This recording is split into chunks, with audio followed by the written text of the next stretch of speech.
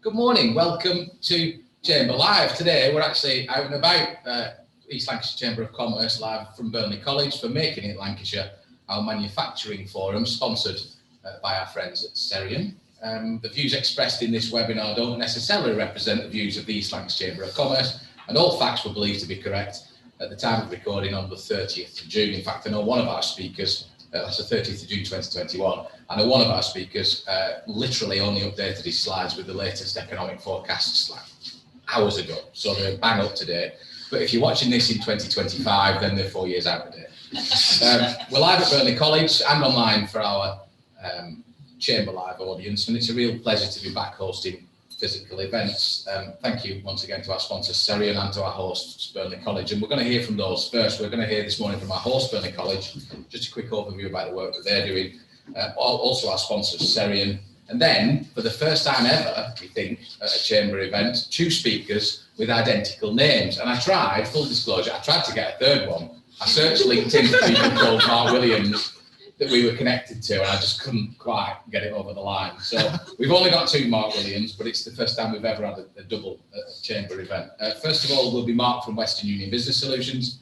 He's going to take us through Western Union's assessment of current global economic risks, but also what the forecast looks like. And there's some, I've had the benefit of seeing some of the slides, and there's some real optimism about what's coming up over the next couple of years, but also some real margin of error in some of those forecasts. So really interesting data that Mark will share with us. And then second, Mark will tell us the story of Greenbank Technology. He joined the company thinking maybe it was one thing, and it's been a story of transformation, of cultural change, but of real improvement in performance. It's a really inspiring story, and I'm sure you'll find that really interesting as well. Once again, questions please as they arise. Probably save them to the end of each speaker. It's just easier to administer when we've got a virtual audience as well. But please don't be shy, because you don't just want to hear their voices, we want to hear yours as well this morning.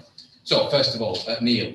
Neil's business cards are like this shape because they are long rectangles, because his business, his title is huge.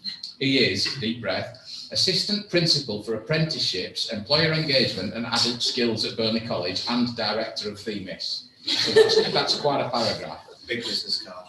Big business card, yeah. He's the former head of the successful Centre for Advanced Manufacturing and Engineering Excellence at Burnley College, former International Apprenticeship Manager and the UK Work-Based Learning Manager for the Engineering Construction Industry Training Board, a former apprentice himself. I know from working with him over the years that he's passionate about the continued development of the people in this town and in East Lancashire, but also the continued development of Themis, which is the apprenticeship arm at Burnley College. He's also regional coordinator of the National Forum of Engineering Centres. His commitment to training and skills development has been recognised also by the engineering skills body, CEMTA, and he's under strict instructions from Debbie not to go over 5 minutes, and we'll see how he does. Neil Burrows, everybody.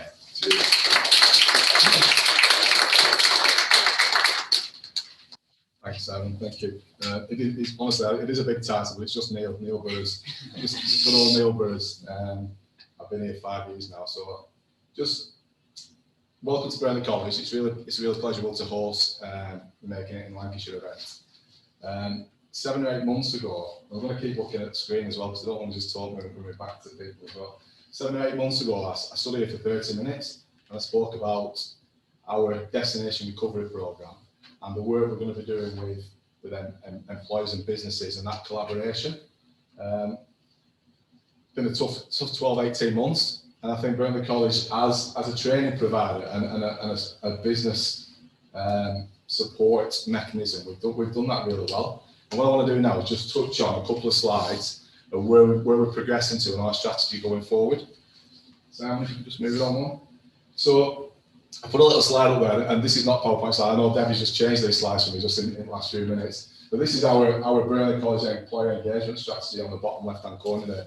From all the speaking, all the talking, and the collaboration, and the working with people like the Chamber, North West Airspace Alliance, the LEC, we've done lots of that over the last 12, 18 months.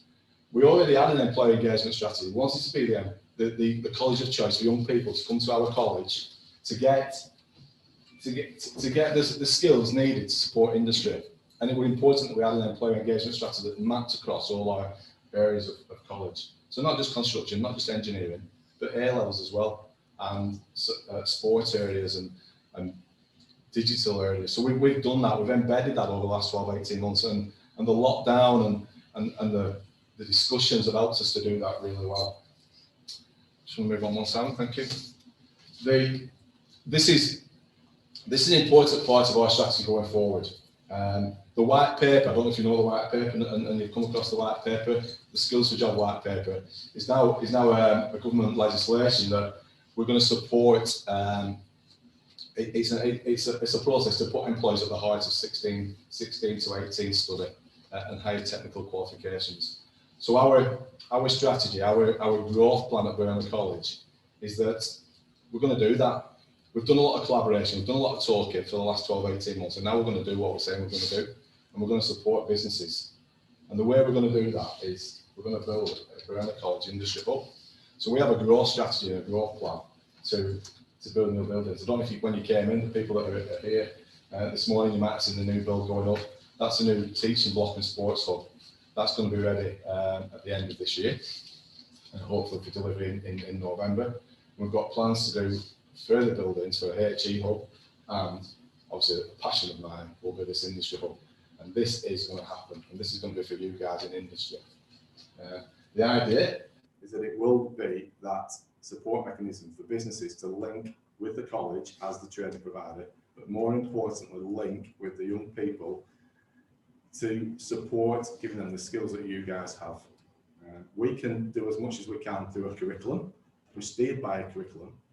But me, being me, I want to rip that curriculum up a little bit and give these young people the opportunity to work with businesses in our industry hub. Can you just move on slide? What it's going to look like, I'm conscious I'm going to go over 5 minutes, so it is, if anybody wants any information on this after, you're more than welcome to stop behind and have a chat about it. The idea will be that the industry hub, and this is also part of the Institute of Technology bid, that is a great initiative, and the 7 colleges in Lancashire are part of this Industry of Technology bid. That bid has gone in, and we're hoping to get a result of that in the next few months. So Blackpool College, Nelson-on-Corn College, Preston College, Mayscore are all part of that Lancashire College group that have put an Industry of Technology bid in from the government. If we're successful in that, that will mean that those colleges will be able to support the industry with Institute of Technology in their areas. The focus of that Institute of Technology and our industry hub will be advanced manufacturing, automation, health and digital. I'll put up a little slide here of some of the things that's going to go in it. We're looking at a smart factory solution type of facility for automation and robotics for advanced manufacturing. We're looking at a digital academy that will cover all the skills for health, for engineering, for automation, for robotics, etc. Young people will come and develop those skills to support the industries in the digital side of it as well. And health, and also the energy sector as well. That is the idea.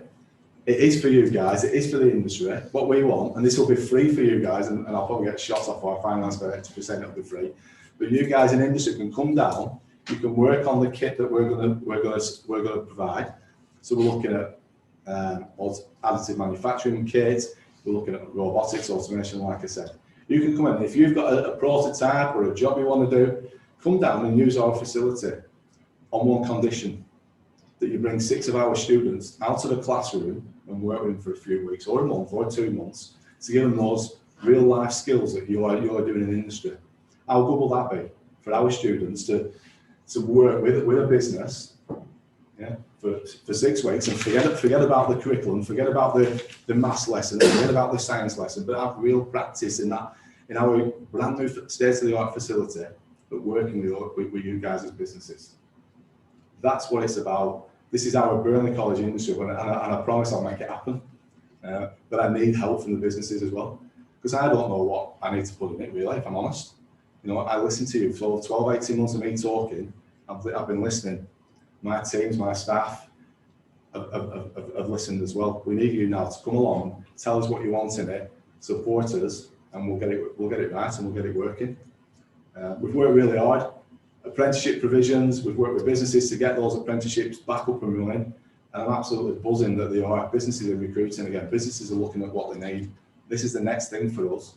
This is the next thing for you as well, I think, and I really believe that. I'm going to be quiet there now. I think I've done 5. You've done more than 5. Yeah. Anyone got any questions for Neil? It would be great to get a question from our online audience just to prove that it works, actually. If anyone wants to volunteer a question. Come on, Emma, I know we can rely on you. That's unfair putting me on the spot, Simon, so early in the morning. I'm still having my first brew. I suppose one thing I'd like to know is how do we get more involved? Do we contact you directly? Is it something that you want us to encourage? Obviously, I'm in professional services. Our clients to be getting involved in. Is there anything more information there? Sorry, I haven't got anything more specific to ask. That's a really good question. So anybody can contact me at all. Anybody on here today can contact me. If you're not from the Burnley area, I mentioned the IoT and I mentioned the colleges. If you're not, if you're from the Blackpool area, anything like that, speak to Blackpool, because this is not me doing myself out of business here, because it's about us as training providers as well working together. So if you're in that area, you need to speak to Blackpool, because Blackpool are part of the IoT, Preston are part of the IoT. We're all going to do our own thing, yeah. So I don't know if Preston are going to do an industry or not. I hope they're not, because I hope they do something different that supports the businesses around that area. But speak to the colleges. Speak to me, Emma. I'll pass contact details on wherever you are, whatever you're doing. That's obviously not just aimed at you, that it's aimed at everybody. But yeah, just speak to us. That's what we want. We want businesses to keep coming to us and talking to us. Brilliant. Thank you very much. Top man. Thanks, Neil. Nice.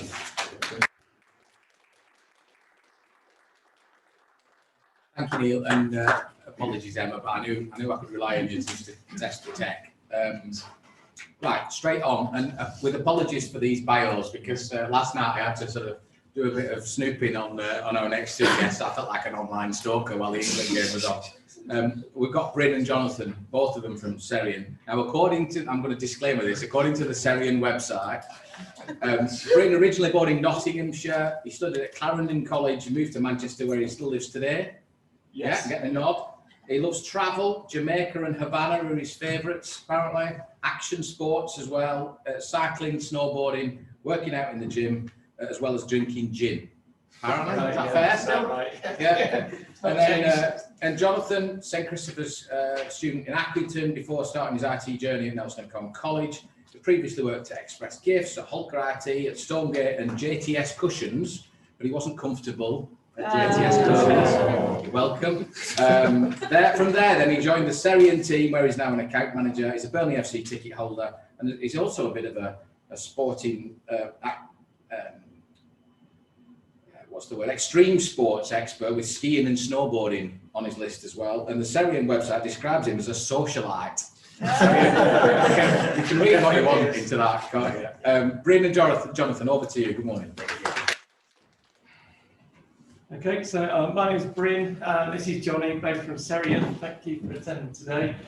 We're going to tell you a bit about the IT challenges to flexible working in manufacturing. First of all, I'll tell you a bit about ourselves. We're Serian, we're a tech company, managed service provider for telecom software solutions and IT support. We're Microsoft Gold partners. We're 3CX Silver partners, which is the host of phone systems that we provide at Serian. And we're an XLA service-driven business, which means we actively communicate with our customers.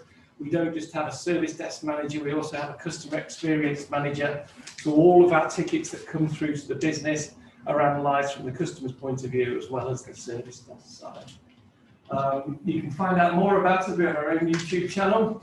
We've done lots of videos there, especially throughout the pandemic, helping people with using things like Teams, SharePoint, those sort of things, and other Microsoft packages. If you want to know a bit more about us, we're going to send this out afterwards, or the Chamber are, and you can meet the team on there as well. So I'll pass you over to Johnny now. He's going to tell you a bit about the challenges that you face with in the manufacturing. You need to sort of both be in this area. Sure. We want to see or hear you. Sorry. Yeah, you're in shock now. No problem. Well, thank you, guys. So we've had many challenges over the last year or two, obviously, with COVID and people working from home. there's been quite a lot of changes to how people work and how people access and manage their data. When in terms of like manufacturing and businesses like that, they're using quite large files, so it's quite difficult when you're using home internet that's slow, going over VPNs and things like that. So it's been important for us to look at a full product range and use the Office 365 packages such as OneDrive, SharePoint to help us do it safely and securely in a manageable way. So if we just move on, thank you. So when people think of Office 365, sometimes they just think of like your Excel. But what we're trying to do, we're trying to sort of like let everyone know that there is a lot more to it. As you can see on the slide here, there's a lot more applications to it that can be used to make your job easier and better. What we have been doing, is we've been doing some YouTube videos and trying to like educate people and see how you can use these tools. So some of the things that you can see here on our YouTube channel, we have been doing some videos to sort of like say how useful they are and what exactly they do really. So it'd be good.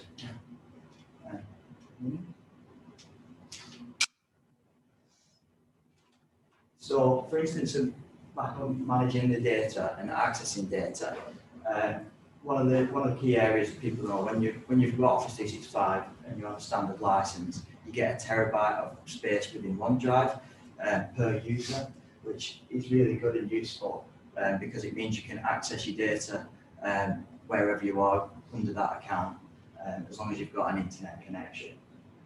You can do great features like sharing documents with your colleagues. You can even work on documents at the same time together. So little tools like that, it's just making your job that little bit easier.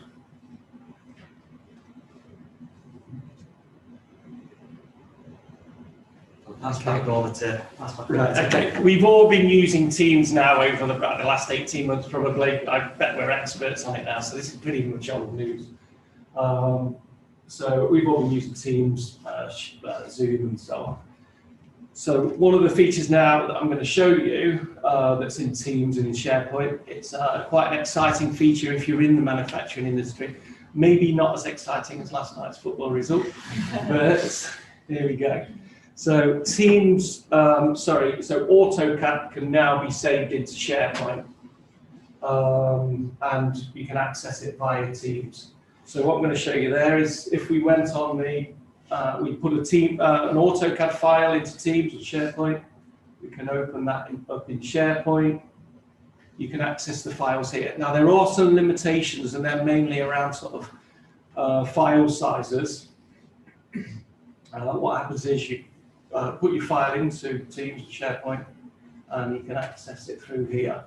And what it will do, it will give you sort of a watered down version of the AutoCAD file. Anyone here using AutoCAD or in their businesses? Yeah. Okay. So you also get this other feature there where you can actually open it, as long as you've got an AutoCAD license, you can open it into the desktop, so that'll bring through there as well. So that's really useful for people that previously had to go in the office when they were using something like AutoCAD, which is, you know, big, heavy files. They can actually do that from home now. Okay, I'll put you back to Johnny, and he's going to tell you a bit about data management and the issues. So again, this has been one of our challenges over the last year or so. Just on the fact that people having to go home, work from home, and not being used to doing that, it's all been a bit of a surprise for some people. And what we found that people went a little bit rogue, and they like to just drop the data on like Dropbox, Google Drive, personal accounts, because it was just easier and convenient. The only trouble with that is that you're trusting, you know what I mean, people to have secure protocols in place, and managing that data became difficult. So it's important for companies to sort of streamline, and with SharePoint you can keep it under their corporate account, manage it, and make sure it's got the right permission structure and things like that, and know that it's secure and safe when they're accessing it out and about.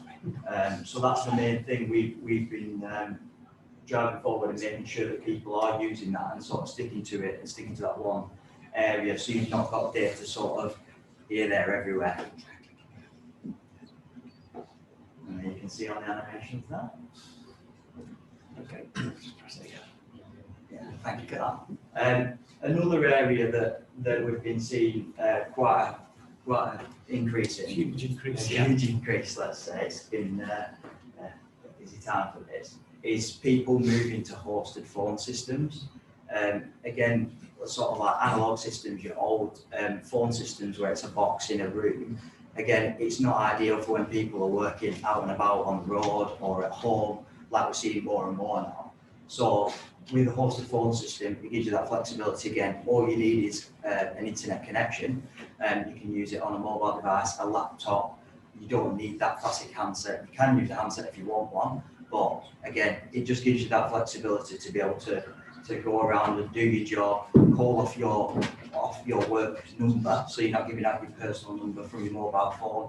Features like that have really been really good, and companies have been moving that way. Yeah. Okay. Thank you, guys. Does anybody have any questions? Are you happy for me to show you slides after everybody? Yeah, definitely. Please, yeah. Okay.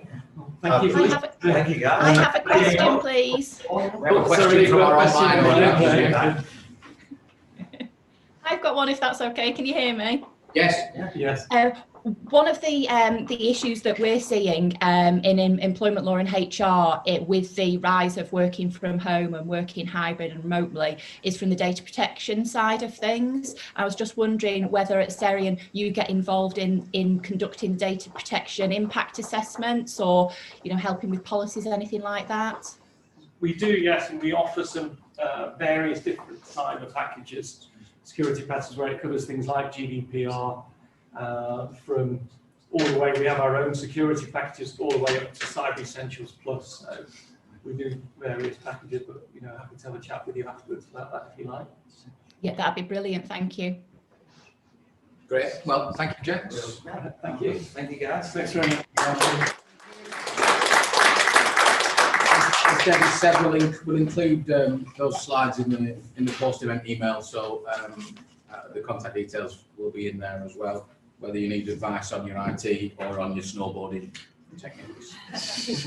I don't know if Mark wants a snowboarder, are you? Absolutely. I'm guessing not. No. Okay.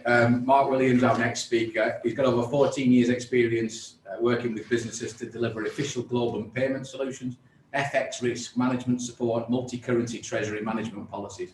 I'd like to thank you all for having such long words in your bios this morning. Mark's been with Western Union for 3 years. In his current role, he works with clients directly as well as with strategic partners. In his time with Western Union Business Solutions, he's led the channel partner relationships and strategy across the north of England. He engages and helps businesses make sense of the unique political and economic landscape, enabling them to make informed decisions through industry bodies, regional member organisations and strategically aligned professional partners. And I think this is his last event before he goes into self-imposed isolation so that he doesn't risk his holiday in Mallorca a week on Friday as well. Is that right? Last event before locking yourself down. Yeah. What about the football though, You're not going to be watching. Crate beer in the fridge. Okay. Ladies and gentlemen, Mark Williams.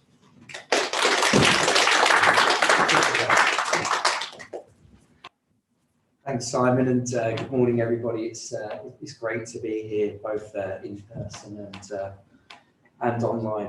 In fact, just before I start, I'm going to set my self-imposed hurry-up timer, just so that I don't encounter Debbie's stern face shortly. I'm just going to try and get back the slide. Oh, there we go. So I've put together, with the support of our Global Insights team, what I hope will be quite an informative macroeconomic overview, just analysing the key market trends that we've seen, that possibly will see in the months ahead as the economy rebounds back to growth and hopefully a prolonged recovery. Simplified version of my introduction. So as Simon said, Mark Williams. Essentially, my role is to oversee the strategy of business engagement and support through our network of strategic partners to ensure businesses have tools and information available to be able to make budgetary decisions and manage risk, particularly those businesses that are engaged in cross-border trade and non-home or sterling currencies. Bit of background on Western Union. So Western Union as a business is a brand that's recognised around the world. We've been established for 170 years. Many of you in this room and joining us online are probably aware of Western Union as a business and have seen our brand around the world when you've been on holiday or travelled on business. But the lesser known side of our business is that we're a fully licensed and regulated business bank. Western Union Business Solutions exists for the purpose of enabling clients trading cross borders to be able to move money around quickly, efficiently, cost effectively, whether that's payment receipts from clients, outbound payments as part of your supply chain, but most importantly, that management of associated FX risk that comes with cross-border trade and being exposed to future FX requirements. As a licensed and regulated bank, we adhere to over 200 regulatory licenses around the world. We're present in a significant amount of countries and territories, 200 plus, to be exact, with a significant revenue book. And thankfully, myself and my colleagues have remained working throughout the pandemic because, of course, money still needs to move around the world, particularly within the industry sectors that weren't closed down entirely for short or long periods of time. We support over 60,000 individual and business clients around the world with over 60 global counterparty bank relationships. That means that we have access to a number of currencies and payment methods that many would only dream to have access to, so much so that a number of financial institutions and banks, particularly that fall in tier 2 and the tier 3 category, they align with Western Union. We integrate with them via API and they utilise our existing payment rails and capability. So in terms of the key macroeconomic trends, and there are three major themes to watch, and the first one of these, many of the businesses joining us today may be exposed to this directly because the manufacturing sector, of course, is supply chain reliant, is the disruptions that we're experiencing to global supply chain, which are being caused by a number of things at the moment, not least the surge in demand from the more advanced economies of the world. The fact that we, as recovering economies, are now starting to place orders. Statistically, household cash balance is at its highest levels on record, not of course for every household, but as a broad statistic, high levels. And we in the UK have a fairly complex supply chain. We're quite complex in terms of the industry sectors in which we source. The more complex the industry sector, so automotive, manufacturing, construction, pharmaceutical, the heavier the impact on the supply chain. And we rely on the less wealthy economies of the world and the less emerged economies of the world as that key component within that supply chain. These economies where they don't have the financial clout to be able to invest in a mass vaccination program in the same way that the UK, the US, and some of our major European counterparts have, means that they've had to close in many cases for long periods of time. They still can't bring their workforce back in its full capacity. And of course, we move on to the supply chain bottlenecks and the issues within shipping. Again, some of you have probably experienced extreme inflation in relation to shipping costs and the movement of goods around the world, 1,000% in some places. Why? It's very simple: supply and demand. There is not enough shipping capacity. Shipping relies heavily on travel and tourism. The travel and tourism sector has been closed for a long period of time. A number of airlines nowadays, they sell a percentage of their capacity for the movement of freight. When there's less planes up there, there's more demand on the maritime sector. The maritime sector has been hit. There have been containers stranded in COVID-hit parts of the world, like Brazil, where those containers should have been in Beijing, being loaded to kind of move elsewhere. Simply the demand on that capacity and the lack of ability to be able to meet those demands means that the costs are really soaring. And unfortunately, some of these challenges around supply chain are unlikely to go away in the near or mid future. We're probably looking at Q1, Q2 next year. So it's a bit of a watch this space. Monetary and FX policy. Now, this is something that is coming more and more to the forefront now. You'll see in a couple of slides' time what I mean by that. You know, as we now, as an advanced economy, an economy that is starting to reach that point of sustainable recovery, we have created a significant amount of deficit to support business, to preserve employment, to preserve business through what's been a very challenging 15 or 16-month period. The question now is how do we go about paying that back? When is the right time? When is the economy strong enough to be able to sustain the increase in taxes, etc., to start to pay back that deficit? The Bank of England was reasonably dovish last week versus our US counterparts. That weighed a little bit on UK markets and on the pound. But we also have the issue of inflation largely being driven by the increase in commodities, the increase in costs of raw materials, the increase in costs of shipping. Will raising interest rates solve that? Debatable. Can the economy at this point in time swallow an interest rate hike when interest rates were brought down to try to support the economy through the pandemic? Again, it's kind of up for debate. One thing's for sure is that the Bank of England are likely to step cautiously. These things are really starting to sort of weigh on markets more.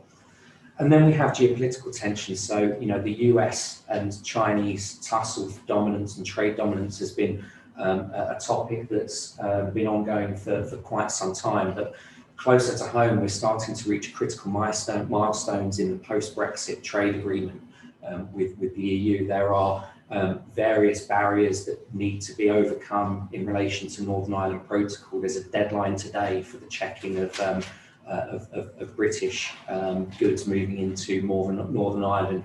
We've all heard about the stories about sausages, etc. These are key issues that need to be overcome, and the UK obviously has applied for various extensions whilst we get through this, and the pandemic has probably kind of taken a bit of a spotlight away from that.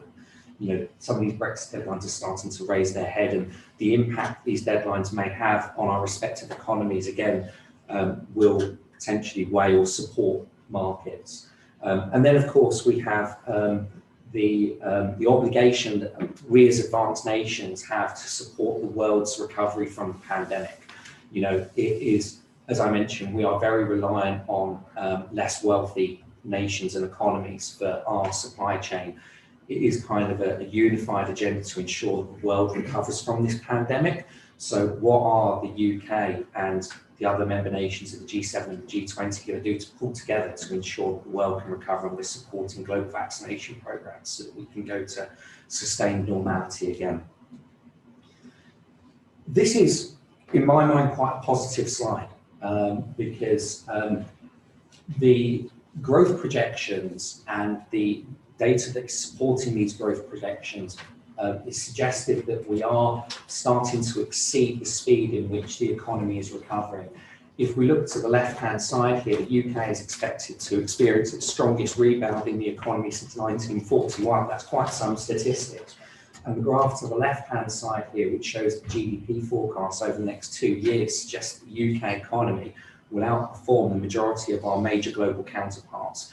The only economy set to grow at a faster rate than the UK's over the next 2 years is the Chinese economy, which ironically was the only economy not to suffer a decline as a result of the pandemic. But the US economy is forecast to rebound at a slower level, as are our major European counterparts. And what are the main drivers behind that? Everything comes back to the success of the mass vaccination program. You know, and if we look down the chart on the right-hand side here, we're not just better at Germany than football. Sorry, I had to get that one in there. But we are also rolling out our mass vaccination program at a far faster rate. You know, we invested heavily in the AstraZeneca program. The US economy is bouncing back quickly because, you know, they have a significant population to get through, but they're doing so very quickly.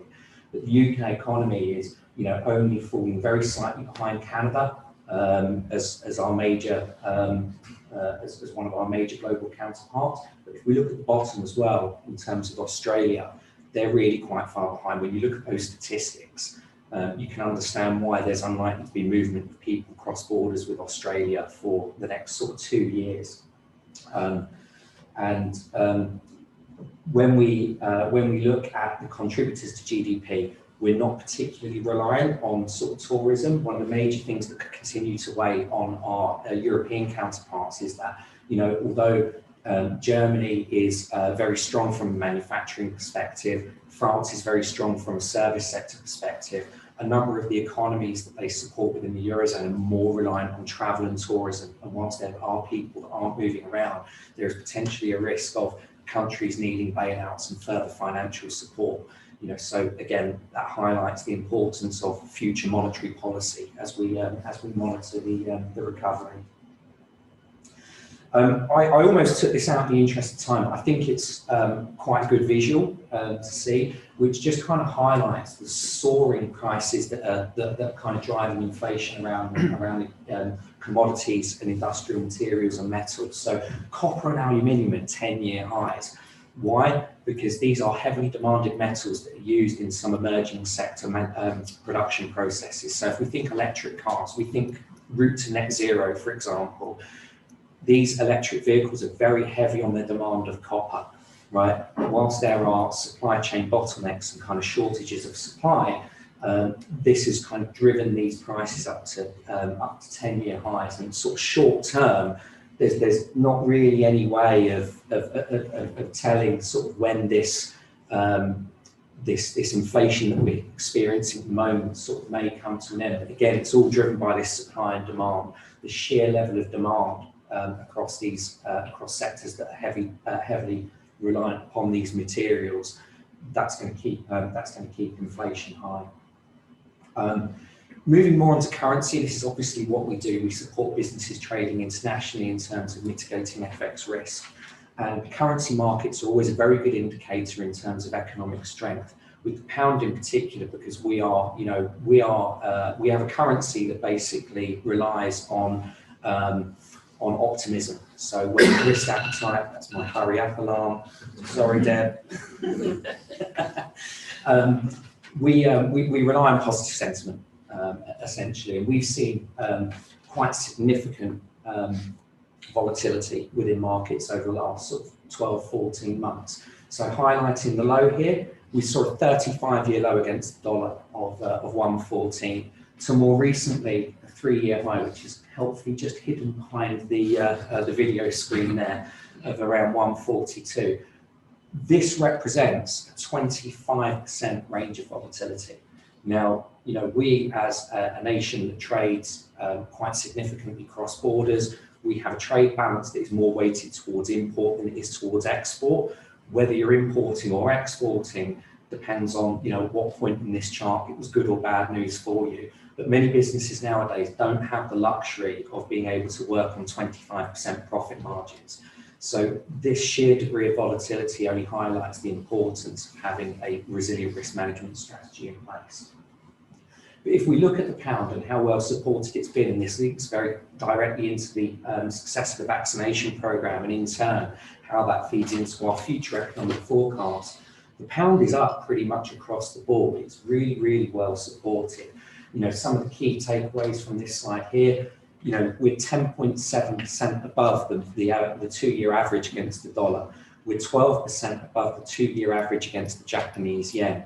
Why are these kind of quite telling statistics? It's because the US dollar and the Japanese yen are seen as very safe haven currencies. So they're currencies that thrive when risk appetite is low, when markets are traded based on, you know, risk adversely. The pound trades more on optimism. So, you know, the only currency here that we're not up against is the Canadian dollar. And if you think back to a couple of slides ago, Canada is the only country that's slightly further ahead in terms of their vaccination programs. So everything comes back to successful vaccination programs at the moment.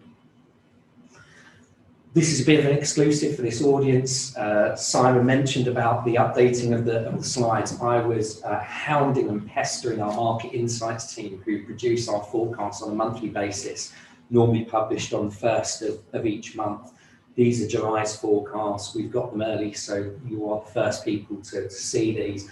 but they're a really helpful indicator. The black line to the left obviously indicates the historical movement of that currency pairing. I've used sterling dollar because it's majorly traded. I do have other currency pairings available. Please speak to me after this if there are other currency pairs that you wish to see the forecast for. And then we've got the potential kind of fan across the right-hand side with the scenarios that are driving this. And again, heavily linked to pace of vaccination program, heavily linked to any future delays in the recovery which might arise due to the emergence of new variants, etc. But we've got the black line across the middle, which is a median. This is suggestive that the pound is perhaps slightly oversold. At the moment, we have lost ground in sort of recent weeks. But you'll see that the volatility is reasonably stagnant at the moment, and that's because we are waiting to see what will happen with with the emergence of variants and with future sort of monetary policy and how this might impact. Very happy to go into this in more technical detail after this presentation. And finally, just a few sort of thoughts to leave you with. Really understanding your exposure is a challenge, right? And really making a decision as to what to do with it during times of such uncertainty is equally a massive challenge. There are elements of your supply chain or your business trade that are within your control, and there are those elements that are outside of your control. If we look at supply chain disruption, there's very little that we can do to control the inflation. There's very little that we can do to control the soaring shipping costs. What we can do is try to control the elements that are within our control to create as resilient and robust a policy to deal with those as possible. You have various factors that are within your control, the robust nature of your supplier agreements. Do you have adequate disaster recovery plans in place? Do you have the right level of protection in terms of trade credit insurance? FX very much kind of falls into that category. Understanding how markets are likely to behave. Stress testing your current strategy to identify at which point the market needs to move to before it really starts to hurt. It might eat into your profit margins or start to increase those costs. And it's about having a strategy in place and having the right network of support around you to have a robust strategy that can protect you against detrimental movement and protect you against the worst case scenario, but flexible enough to participate when the market is moving favorably. And that participation can at times offset some of those other increasing costs that you might be experiencing as a result of increased shipping costs or an increased sort of cost of raw materials, etc. Nowadays, risk managing in currency is far more flexible than it used to be. Previously, it was quite rigid. You know, it was either you book today and you fix a rate, or you take a punt and you trade at whatever it is on the day in the future. Nowadays, you can get a really nice blend of both. It's possible to give that level of protection against your whole exposure, but with the opportunity to participate. We've got a team of regulated advisors who are specialists in this, joined today by my colleague Matt, who's sat just over there, gives us a wave. So, you know, if anybody wants to talk about that in any more detail, we welcome the opportunity to talk to anybody who's in the room today or anybody online afterwards. Thank you very much for your time. Sorry, Deb, run probably a minute or two over. If there's time for questions, I'm happy to take it. Any questions in the room or online? You must have answered them all, Mark. All right, okay. Thank you.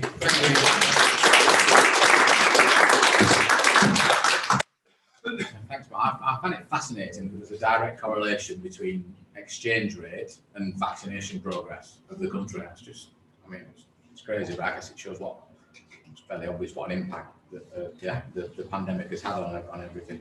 Right, our final speaker and our second Mark Williams tonight.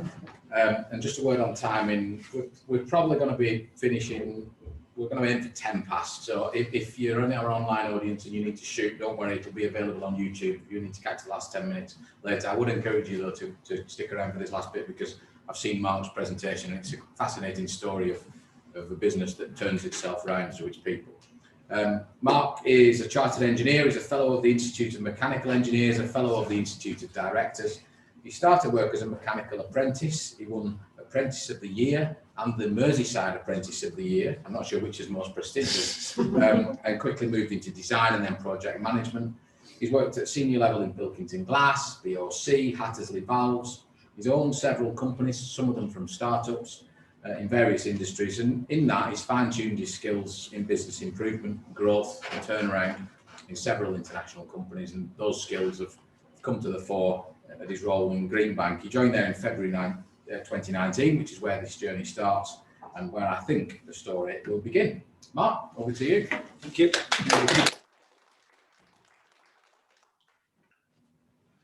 Good morning. Thanks very much for inviting us. We appreciate that. And thanks, Simon, Debbie. I'm hoping it's not going to run over. Well, that was really interesting because we're an international company, and that really it's a note with us on working in the US especially. So we'll be speaking to you a bit later if that's okay. Okay, so Greenbank Technology.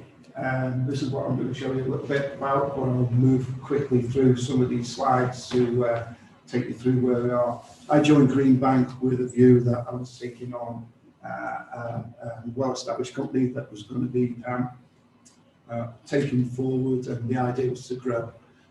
The target was growth. When I first got into it, there was lots of problems, and I'll go through some of those problems as we work through the slideshow. Greenbank was started by Brian Schofield. The legacy of the business goes back to 1954, but he effectively developed the product portfolio that we have now in 1999. And we are worldwide, international. International sales are about 95% of our business. We're based here in Blackburn, and Greenbank Technology is now owned by Californian Pellet Mill, and they bought us in 2008. We are the market leader in the business that we are in the two-piece can making equipment. So if you look at a Coca-Cola can, it has a drawn body in aluminium, which affects obviously the sell price and the component parts. And then we have a lid on the top that has the pull key. And effectively, we have over 650 installations in 45 countries. We supply the processing equipment that cures the decoration on the can. It doesn't have anything to do with the manufacture of the can, but it's in line with that process. So as a global business, CPM owns 28 companies with a $500 million turnover, and there's about 1,300 employees. We are owned by American Securities that have circa 750 companies and a £28 billion portfolio each year. The strategy for American Securities to CPM is to grow the business from $500 million to $1 billion in 5 years. These are the products that we manufacture, design and manufacture. So we've got pin ovens, industrial washers. The industrial washers wash the cans after the manufacturing process to remove the oils and that. And then we have drying ovens that cure both the dry the wash after the wash and also dry the lacquers on the cans, internals and externals. So that's how the products are made up. You can see that pin ovens, there's 2 pin ovens per line usually, so there's more of them after the manufacture, and the total is 650 installations worldwide. We have a lot of accreditations, ISO 9001 standard for a manufacturing company, but we have 14,001, 45,001, and we won the Queen's Award in 2017 for the growth in the industry that we're in. And we've just had Safe Contractor Scheme re-accredited, and we've also won Silver Award for ROSPA. So no one else in our industry has got that accreditation. We're just talking about the market. You can see with the demise of plastic, the aluminium can being 100% recyclable, is you can see the growth in the trend in the industry. So if you look at the top line, that's total sales by value of the cans, and if you look at the bottom, it's the total capital equipment spend in that industry. So that's relevant to us about how much more business that we would get through.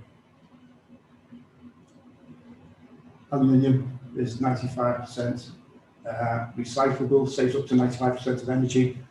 We're effectively one single can, when it's recycled, it takes about 6 days from going from a can to be recycled and back into a can again. In the UK, 2019, the recycle rate was at 56%.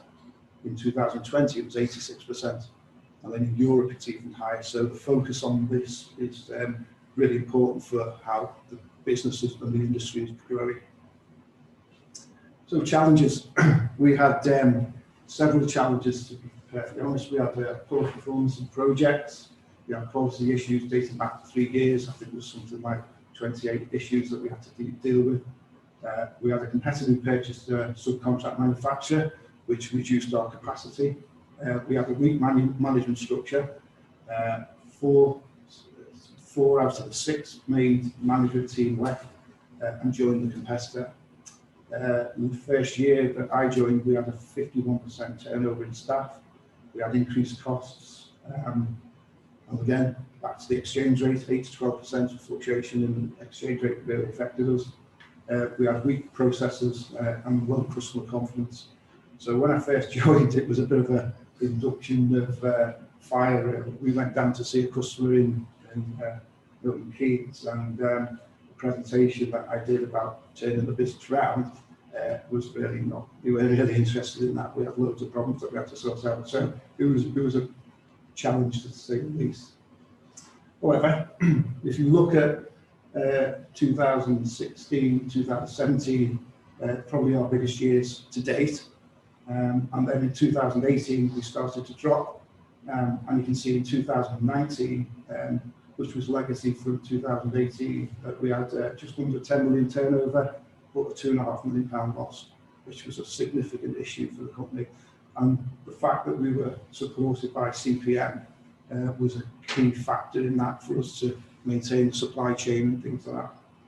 But if you look forward, 2020, we had some legacy financials that came through, but we did a 23% increase in turnover, and we made a £400,000 loss. And then this year, we're going to do 20 million and just under £3 million profit. Tomorrow, we've got our strategic planning, the final draft, but you can see where we're trying to get to in the next 3 years, and we can see that vision already. In fact, 2022, we've got probably 75% full in our capacity at this moment in time. So the business is in the right position, and we've got everything fixed going forward. A lot of that is legacy about succession planning and things like that as well. So the business reset, fix the quality issues, sort the culture out. Culture is a big thing. The pay alone didn't stop our employees leaving, of course. Strong leadership, recruit right, get the right people in the right places. Look at UK manufacturing. We originally were manufacturing over in Europe, so we had Czech Republic, Slovakia, and Poland, and we brought all the manufacturing back to the UK. In fact, probably 6 out of the 12 suppliers now are within the local area, so it's a lot easier for us to manage and control. Establish simple processes, take it back to basics effectively, and then repair and still develop customer confidence. On-time delivery and qualities, you just can't beat that. You've got to be right for that. So we've got a strategic plan, again, all about culture. The culture in the business is right. So we've got several initiatives that we've got in place now. We pay for everyone for a gym membership. They've all got life assurance and care, and obviously pensions, and there's appraisal process now. So we've fixed everything for the culture. Obviously measure our performance, increase manufacturing in the UK, some innovation. You know, our business and industry is very staid, and a lot of our products have got 20-year-old technology, so we're taking that forward. Improve the customer relationships and work with the customers, so give the customer what they want and don't try and sell them something that they don't want. We're promoting continued professional development and developing the people in the business and taking forward. And we've got an apprenticeship scheme now that we work closely with Burnley College with, and that's really key to the succession and the business going forward. Taking forward. and add value to the community which we work, which is what this is part of. And I think we've got a lot to add and help people with that in that instance. So just in summary, when things go wrong, and this is not the first time I've done this, but this is probably the third time that I've been involved in a business that's needed to be good. Identify the risks and implement contingency. Don't be scared to make the wrong decisions. We have made decisions and backtracked and changed the way we've operated, but if you don't make the decision, you don't get anywhere. Focus on key measurements. Set KPIs for the business and the management team and the employees. Let everyone know what their responsibilities are. Culture, without the right culture, you have the chance for success. And I really believe that. We've got to get buy-in from the people. Reward hard work and output, and don't reward poor performance, because that sends a bad message through the team. Customers develop relationships with the decision makers. Open multiple contact points, so don't just have the sales team dealing with the customers, use other areas of the business to deal with the customers. And quality and delivery is so important, and don't take any shortcuts. And that's where we are today. So thanks very much. I hope I've made that in time. Yeah. You have time, yeah. Any questions, Mark? Oh, yeah. Fine. We've got any questions either in the room? I've got a quick one. Yes, Yeah. So well done on the turnaround, first and foremost. You've put quite a few points up there about steps that you took to turn things around. Is there any one or two out of those that stand out head and shoulders above the rest as being most important? Culture, definitely culture, because we had a turnover of 51%. I think last year it was 3%. And it led to one person leaving because he was moving away. So other than that, everyone in the business has stayed. So and what were the steps that you had to take to change that culture around? Well, a couple of things. One is get people in the right jobs. Because people not doing the right jobs and not understanding what their responsibility is, that's a massive issue. So we had to reassign all the job descriptions and set KPIs for people, so make it clear, crystal clear what the expectations were. And then I do a State of the Nation every month to tell everyone in the business good news and bad news on the performance in the monthly things. But just recently, for the last 6 months, it's been good news. So good news. Thanks, Gareth. Yes. Well. What kind of benefits did you get from the gym memberships and like the perks of the job you got for the employees? Yeah, well, Lindsay, you can answer that. Yeah, we've had some really part of the health and well-being, because I know it's been difficult for many gyms. Lindsay, sorry, can I ask you to just come to the front? Let everyone see you online. So the question, just so our online audience can hear, the question was, what benefits do you get from the perks? We've not got a camera either. No, we're looking at the audience. The question was, what benefits do you get from the perks like the gym memberships? Yeah, so during the COVID pandemic, it's been difficult for many people to get out and about. And because we've not furloughed anybody during the pandemic, we've kept going. A reward to those who do use memberships quite a lot is part of the health and well-being is to enrol everybody at the expense of the company to take part in the local gym membership with JD, and it's been a really positive outcome because we've had a lot of employees that want to keep fit, but we want people to be productive as much as possible, stay fit and healthy, and we've pretty much had most of the workforce sign up to that. There's really good feedback, and it's just one of those perks. It's not always about the pay of the salary that they receive, it's about the benefits packages as well, so we want to enhance that as much as possible to give the employees those extra perks. It doesn't cost that much, and yet the benefit to it is really good, and the employees enjoy it. We're our nominated charity this year, if we can say that, is with Derry and House, and so at this moment in time we're looking at ways of doing fundraisers and things like that. So all that's about getting to the gym, getting on the bikes and seeing how many miles you can do, and we'll get some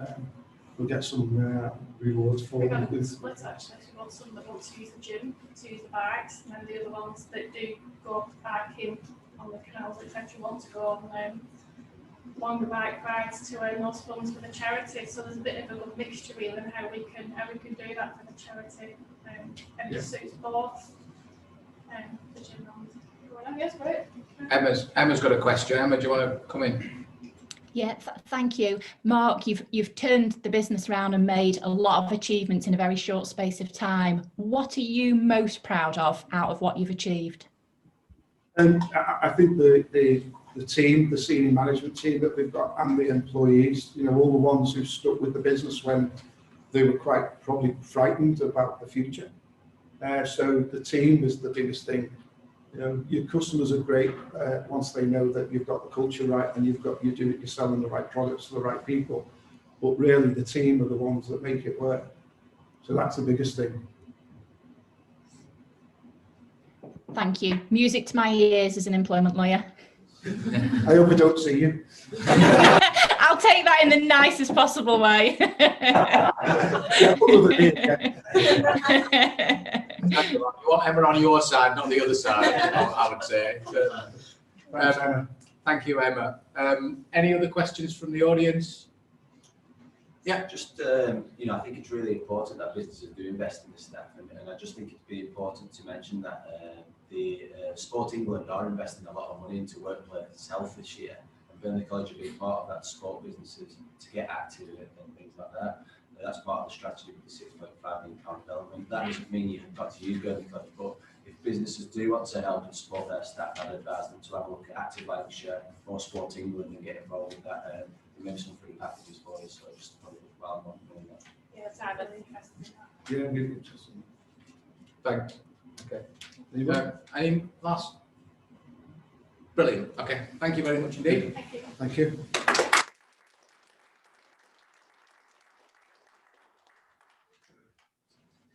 I'll just repeat that. Sorry, what's your, Ashley from Burnley College was talking about, just for our online audience, I'm not sure how well that's picked up, but free resources for businesses for health on what were they? Yeah, Sport England are investing in I think something like £11 million into businesses being more active, and there's funding available for businesses. So funding available from Sport England and Active Lancashire. Okay, thanks. If you can maybe get some links to Debbie, we'll put those events in the post-event email as well. Brilliant. Okay. So we managed to get through our first hybrid event of 2021 with just one pop-up collapsing, which could have been a lot worse. I'm just gutted we didn't get it on camera because we were looking at our audience at the time. So we'll have your reaction, but we would have made a good YouTube clip from that. Thank you so much for your attendance this morning. Thank you for your questions. Thank you for your engagement to our online audience and also to our in-room audience. If you're in the room, I think Burnley College are offering some tours of the business facilities of the engineering facility. If anyone wants to know about while you're here and you want to have a quick mooch round, then please do grab either Paul or Neil for more details. Please do hang around to network. Well, I'm just going to ask that you do it safely and keep distance because we will be taking photos. So we want to make sure that we are seen to be and that we are adhering to the rules. And our next event is our marketing mix event. So whether that's you or whether that's someone who looks after marketing in your business, please do signpost them to chamberlive.co.uk. Thank you finally to our sponsors, Serian. As ever, you've been brilliant. And thank you to the two Marks, to Mark Williams, and thank you to Neil from Burnley College. Finally, enjoy Wednesday and let's hope England get a win on Saturday night. Thanks for joining us. Take care.